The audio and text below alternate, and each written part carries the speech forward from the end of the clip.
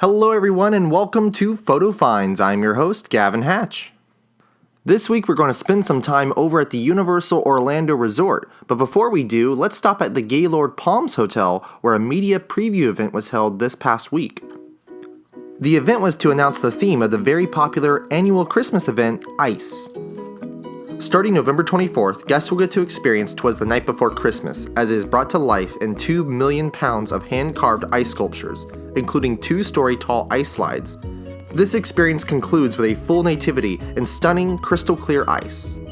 The event runs till January 3rd, and ice is not the only Christmas offering this season. Cirque Dreams Unwrapped will also be performed daily in the hotel's atrium. The 25-minute, family-friendly show will take place on stage and in the air, and leave audiences on the edge of their seats. The day of the event, we got to see a sneak peek of the talent found in the show, as well as all the colorful costumes. Now let's head outside and down the road to Universal, where we start in City Walk. This month, USA Today named the top 10 best theme park restaurants in the country, and 2 of them are found here in City Walk.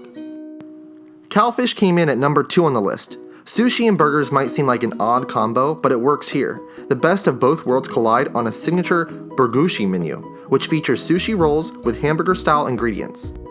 Right next door, Vivo Italian Kitchen made number 7 on the list. Inside, Expo Kitchen takes center stage where guests can observe chefs mixing sauces, handcrafting dough to make fresh bread, preparing homemade mozzarella, making fresh pasta right before your eyes, and sliding piping hot pizza pies out of the oven. Also, at Universal Studios, the Leaky Cauldron inside Diagon Alley took first place, and Mythos inside of Islands of Adventure took the number 3 spot. Speaking of Islands of Adventure, let's head inside to check out some new stuff. I went over to the Incredible Hulk to see what the crowds looked like, and I was shocked to see it was 95 minutes for that attraction. While I was there, I noticed this team member out front greeting guests and informing them that they will be passing through those metal detectors still, but he was using a headset that connected to a speaker box around his waist to help amplify his voice. I noticed the same thing being used in the parking structure as well as in Camp Jurassic. This appears to be a great tool to let guests know of the attraction's restrictions and alleviate some of the crowds at the attraction's entrance.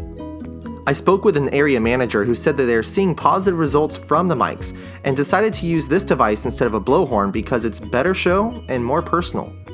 From Camp Jurassic, we can see some progress on construction happening over at Skull Island, Reign of Kong. For the most part, not a lot of changes have happened outside the ride building, which means that there must be a lot of work taking place inside at this point in time. Now, since we're in the middle of summer, to help keep crowds down in the Wizarding World of Harry Potter, which you usually must pass through to get over to the Lost Continent and Seuss Landing, the bridge in Jurassic Park was opened during my visit.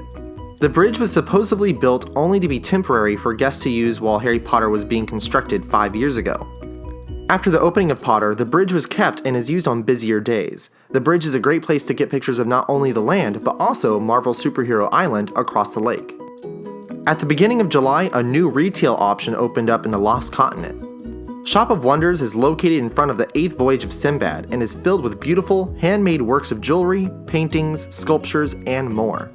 My favorite part about this shop is that it's the only store at Universal where you can get items that are not mass-produced. Actually, the store's owner works closely with local artists and currently has 32 artists producing the items found in the Shop of Wonders. And every day, one of the artists comes in and creates art that you can take home with you.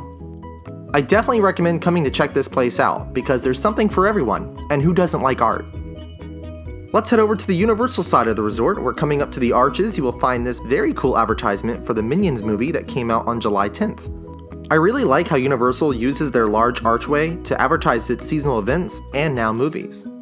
Also at the entrance are these signs for the 25th anniversary celebration for the park that have been added since my last visit.